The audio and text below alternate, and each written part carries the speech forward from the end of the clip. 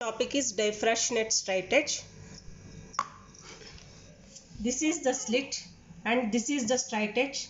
Slit and straight edge are horizontal or parallel.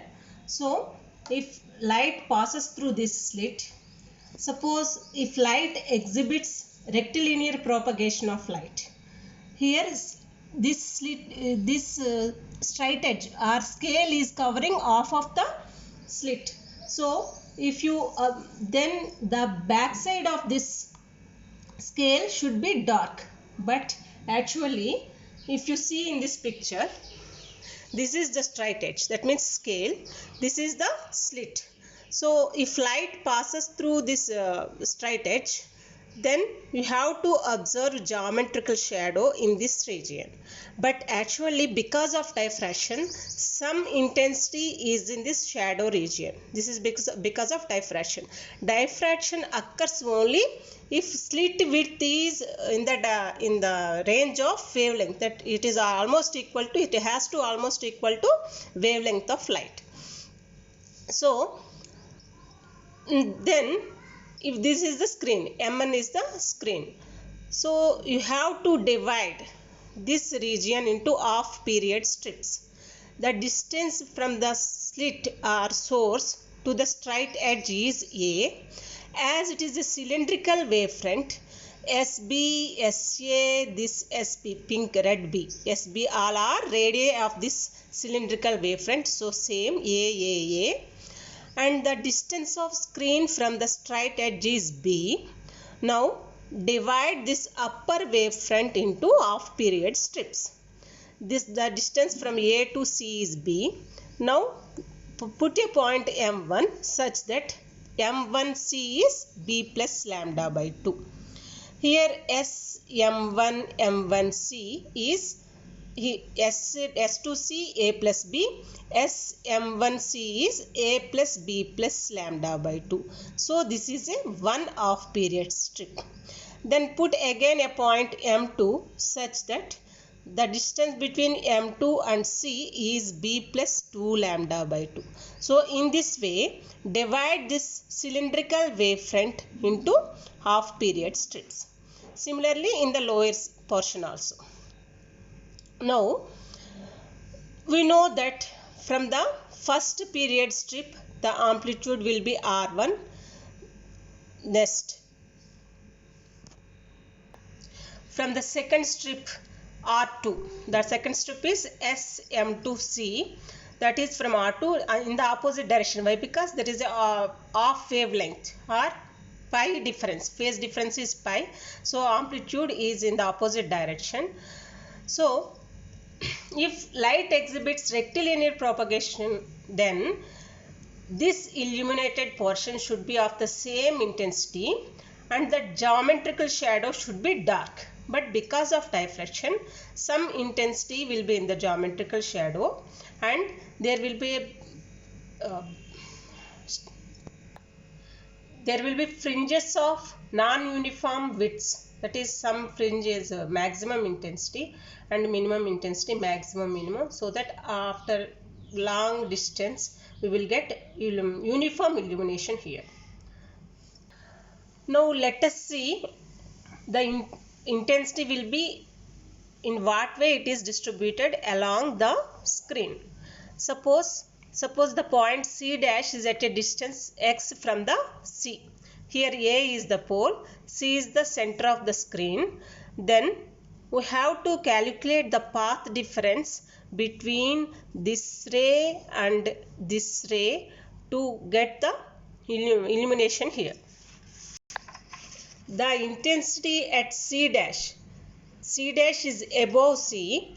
The intensity at C dash will depend upon the number of half period strips enclosed between A and B. Here A and B. So this we have to connect S with C.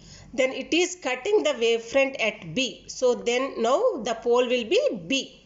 So the upper portion is some half period strips. Lower portion has some half period strips.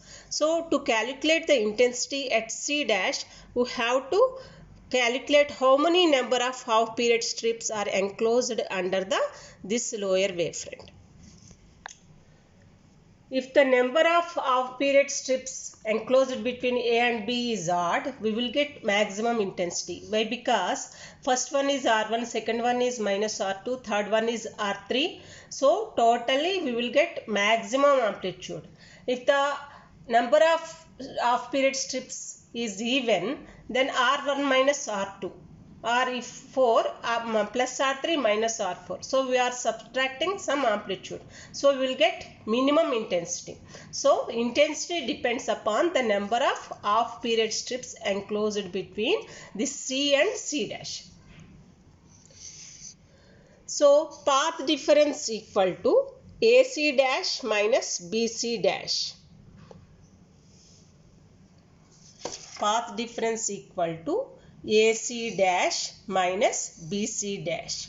So AC dash minus BC dash, SA plus AC, SB plus BC dash. Here the source is S. So we have to calculate the total path travelled from S to C and S to C dash. So path difference equal to SC dash minus SC, but here SB equal to SA equal to A. So path difference equal to AC dash minus AC.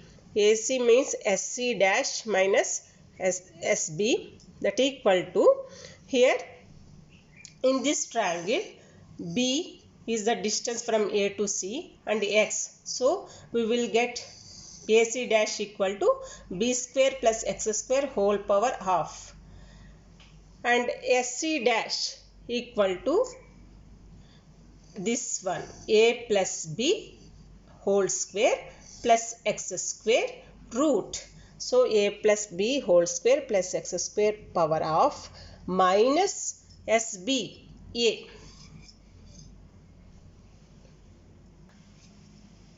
By simplifying this, we will get path difference equal to x square by 2, 1 by b minus 1 by a plus b, that equal to x square by 2 a by a plus b into b. So maximum intensity will be equal to, if the path difference equal to 2n plus 1 lambda by 2. So xn square by 2 a by a plus b, b equal to 2n plus 1 lambda by 2. So that is xn equal to 2n plus 1 lambda a plus b into b by a power off. If we will get minimum intensity if the number of off period strips are even. That means path difference equal to n lambda. So path difference here is axn square by 2b a plus b. So that equal to n lambda. So xn equal to 2nb a plus b lambda by a whole power half. Suppose if the point C dash is below C, then that is it is in the geometrical shadow, then to know the intensity at C dash, we have to connect this C dash with S. So this line is cutting the cylindrical wavefront at this B. So here this B is pole. So upper portion has some upper half period strips and lower portion has a half period strips. But lower half period strips are obstructed by this straight edge, and half period strips above B, some of these will be obstructed by this portion, but remaining are above this A. So the intensity at C dash is due to the half period strips above A. So instead of getting complete darkness, we will get some intensity at C dash. So if you go farther from C dash, then it is like that. So the half period strips above B are also cutting by this portion. So we will get intensity less. So half period strips, if C dash is below C, half period strips below B are cut off, and only the uncovered half period strips above B will be effective in producing the illumination at C. If C dash is farther, the uncovered number will be less. So intensity will be less. So to calculate the intensity at the edge of the geometrical shadow, that is at C, again we have to connect S and C. Now this A is the pole. So upper half period strips, lower half period strips. we know that the intensity due to upper half period strips is R1 by 2, R1 by 2 whole square, that means R1 square by 4, and lower half period strips are obstructed by this straight edge. So we will get the intensity due to only upper half period strips, that is R1 square by 4. This is indicated here. Now to calculate the intensity just above C. See, if you observe the intensity pattern just above C, we will get the maximum intensity. This is the reason why clouds shine like silver. When you observe, sometimes clouds shine like silver, clouds edges are shine like silver. This is because of diffraction at straight edge.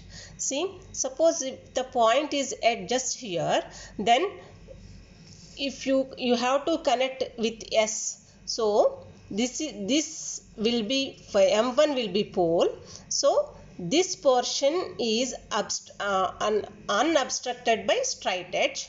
So the intensity due to first half period strip is R1, and the remaining amplitude because of upper half wave front is R1 by 2. So total amplitude is R1 plus R1 by 2, that is 3R1 by 2. Then intensity equal to 9R1 square by 4. So here we will get maximum intensity. This is written here. If C dash is such that only the first half period strip of lower wavefront is unobstructed, then total amplitude equal to upper half wavefront plus lower first zone. So that equal to R1 by 2 plus R1, that equal to 3R1 by 2.